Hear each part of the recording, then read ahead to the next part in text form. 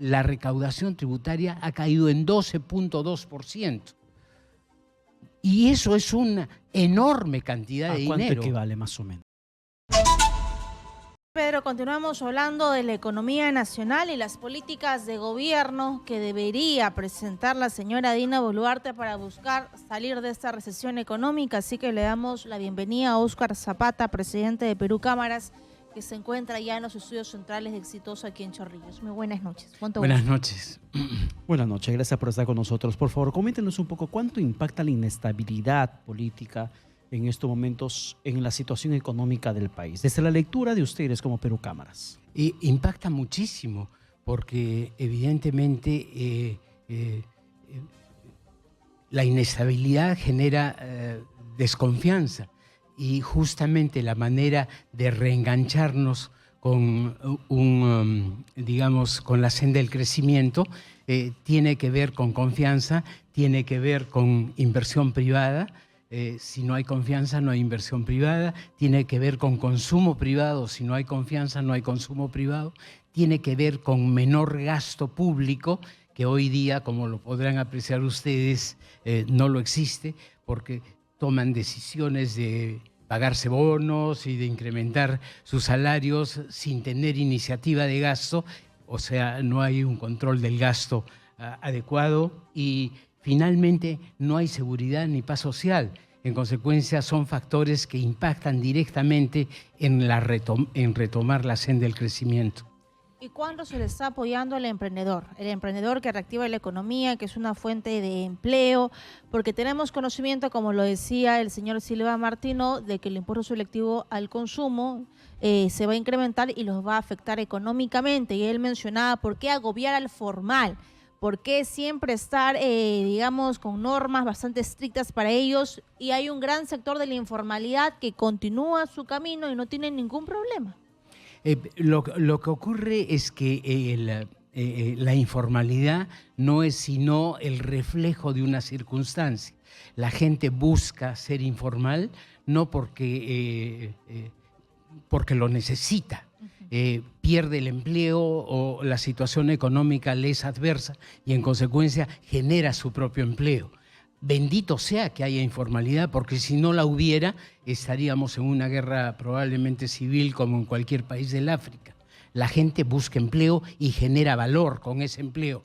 Lo importante es que el gobierno se dé cuenta de este fenómeno y trate de generar empleo eficiente, bien remunerado. ¿A través de qué? A través de las inversiones. ¿De qué manera, perdón, señor Zapata? Porque quiero quedarme un poco en el tema de la informalidad que se le plantea como tema de conversación, porque nos dice constantemente, la informalidad supera el 75%, alcanza el 80%, se asfixia. Acabamos de conversar justamente con un representante del gremio de restaurantes, José Luis Silva Martinot, y él hacía referencia a que el gobierno con el tema de impuestos solamente ordeña la única vaca, que son los formales.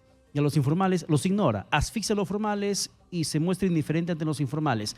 ¿De qué manera se podría atacar esto? Solo para terminar la idea que contesta su pregunta, es que la informalidad existe porque no hay empleo formal.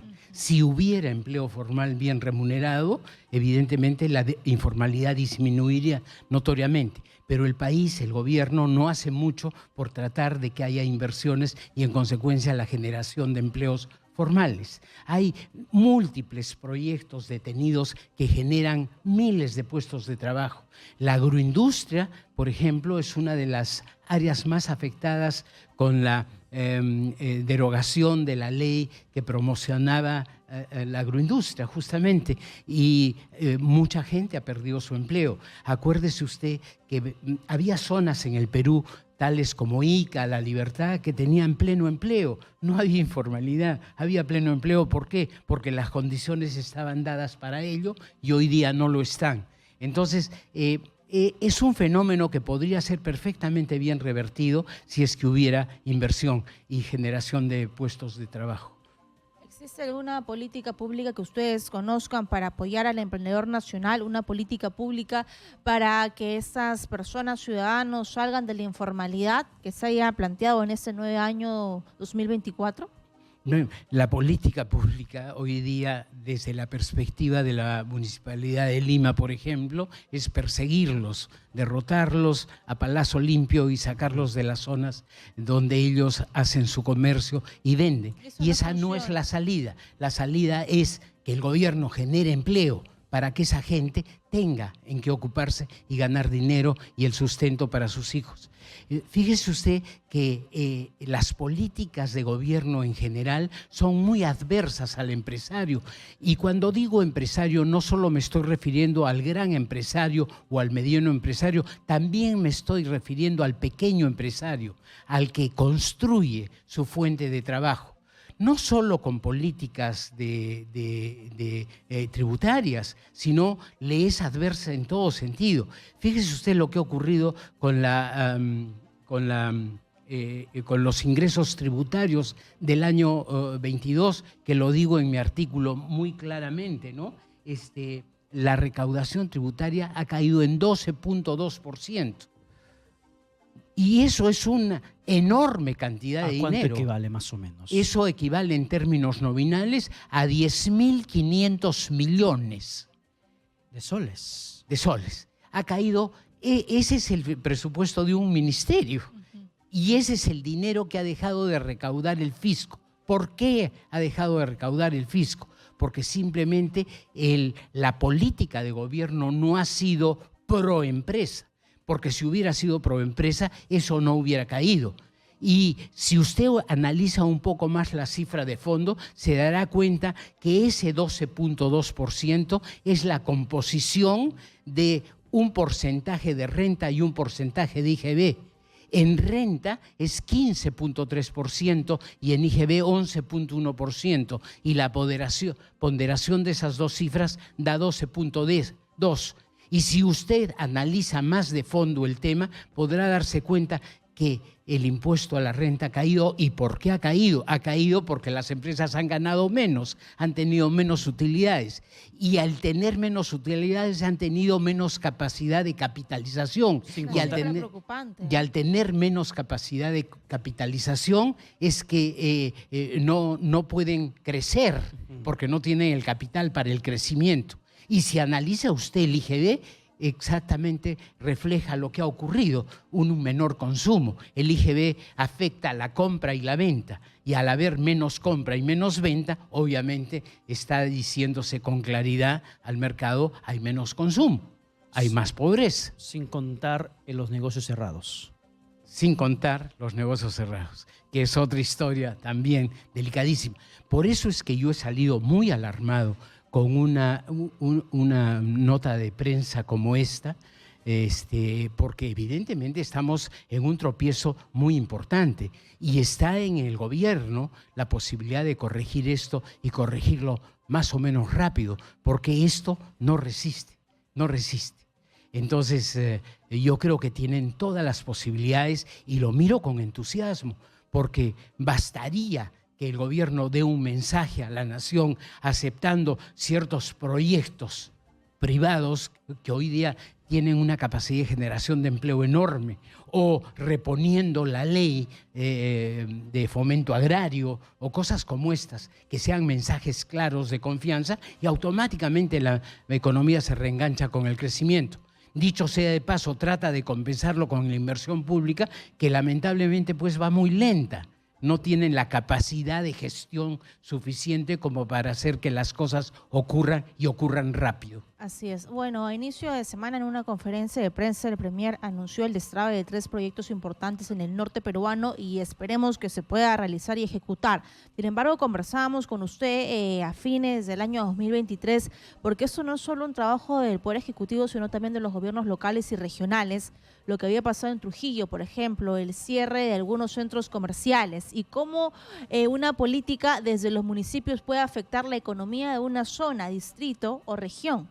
Es que claramente acá tiene usted un nuevo ejemplo de lo que significan las políticas de gobierno. Y cuando hablo de gobierno, no solo estoy hablando del gobierno central. En este caso del ejemplo que usted da, estoy hablando del gobierno municipal.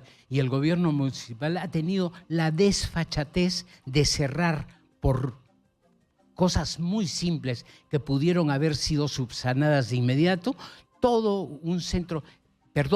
centros comerciales Habla de Trujillo. enormes. Estoy hablando el de caso de Trujillo. Y se ha dado el lujo de cerrarlos por 30 días. Felizmente los empresarios firmes hemos puesto un nivel de oposición importantísimo y hoy día los centros comerciales están funcionando gracias a recursos de amparo que los empresarios hemos propuesto. Y dicho sea de paso, hoy día salió la resolución que vaca al alcalde.